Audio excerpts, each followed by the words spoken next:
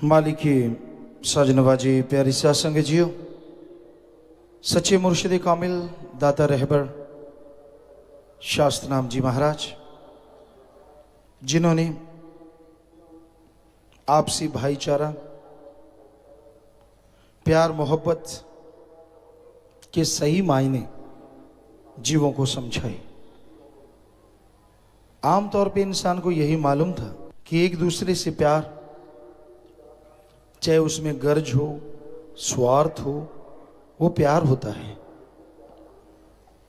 सतगुरु मौला ने बताया, सच्चे प्यार में गर्ज नहीं होती, वो बेगर्जी होता है, निस्वार्थ भावना से। और जो निस्वार्थ भावना से प्यार करते हैं, बेगर्ज मोहब्बत करते हैं, मालिक उन्हें अपनी कृपा से, दया में रहमत से हमेशा नवाजता रहता है। आपके अंदर कोई गम है, कोई दुख है, कोई परेशानी, कोई टेंशन है, उसका एकमात्र उपाय मालिक का नाम है। संत पीर फकीर वचन करते हैं, जीव उसे मान ले, जिंदगी में दुख नहीं आता और मौत जैसे भयानक कर्म बदल जाया करते हैं। हम यूं ही रोज नहीं पुकारते रहते, हाथ जोड़ जोड़, हमेशा हाथ जोड़ के प्रार्थना करते हैं कि शायद ऐसा करने से मालिक के मुरीदों के, शिष्यों के अंदर ये बात ख्याल में रहे कि भाई हमें इतना कहा जा रहा है, हम अमल करें। अगर अमल करो, जिंदगी में गम, दुख, दर्द, चिंता, परेशानी शायद कभी ना आए। चलती का नाम गाड़ी वाली बात है, कुछ पता नहीं चलता। इंसान वचन मान ले, खुशियां हैं, नहीं मानता। कई बार जिंदगी तो वैसे चलती रहती है, पर क्या पता अचानक कब क्या हो जाए। इसलिए ये जरूरी है कि आप वचनों को फॉलो करो। सच्चे दाता रहबर शास्त्रनाम जी महाराज ने जो बताया कि बुराइयां हैं उन्हें छोड़ दो, और जो बताया कि अच्छाई है उनको अपना लो। बुराई छोड़ के अच्छाई को अपनाना ये कोई गुनाह नहीं है, बल्कि आपको ये दर्शाता है आप कितने बड़े बहादुर हैं, योद्धा हैं, शूरवीर हैं। क्योंकि अपनी बुराइयों से लड़ना छोटी मोटी बात नहीं है, बहुत बड़ी बात है। तो अपने अंदर की तमाम बुराइयों को आप दूर करें। अंत्य करने में जो बुरी चीजें आपके घूम रही हैं, बुरे विचार आपके अंदर जो चल रहे हैं, उन सब से फ्रीडम चाहिए, आजादी चाहिए, और उसके लिए चाहिए आत्मबल। अगर आपके अंदर आत्मबल है, आत्मविश्वास है, तो आपकी बुराइयां आपसे दूर होंगी। वरना कबीर जी ने लिखा है कि भाई मन की आदत छोड़ना कोई छोटी मोटी बात नहीं है। मना रे तेरी आदत ने, कोई बदलेगा हरि जन सूर। चोर जुआरी क्या बदलेंगे तो माया के मजदूर, जो माया में मजबूर हैं, जिनका काम सारा दिन माया का चक्कर, इतने ले ले, इतने ले लिए।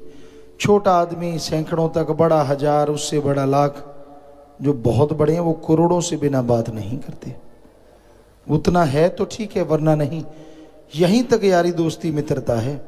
आज घोर कलयुग में कोई ये नहीं देखता कि आप क्या काम करते हैं, कोई ये नहीं देखता कि आपके कर्म कैसे हैं। आज माया का पसारा है, चहूं और माया का बोलबाला है, और आदमी इसमें उलझ जाता है, मालिक से दूर हो जाता है।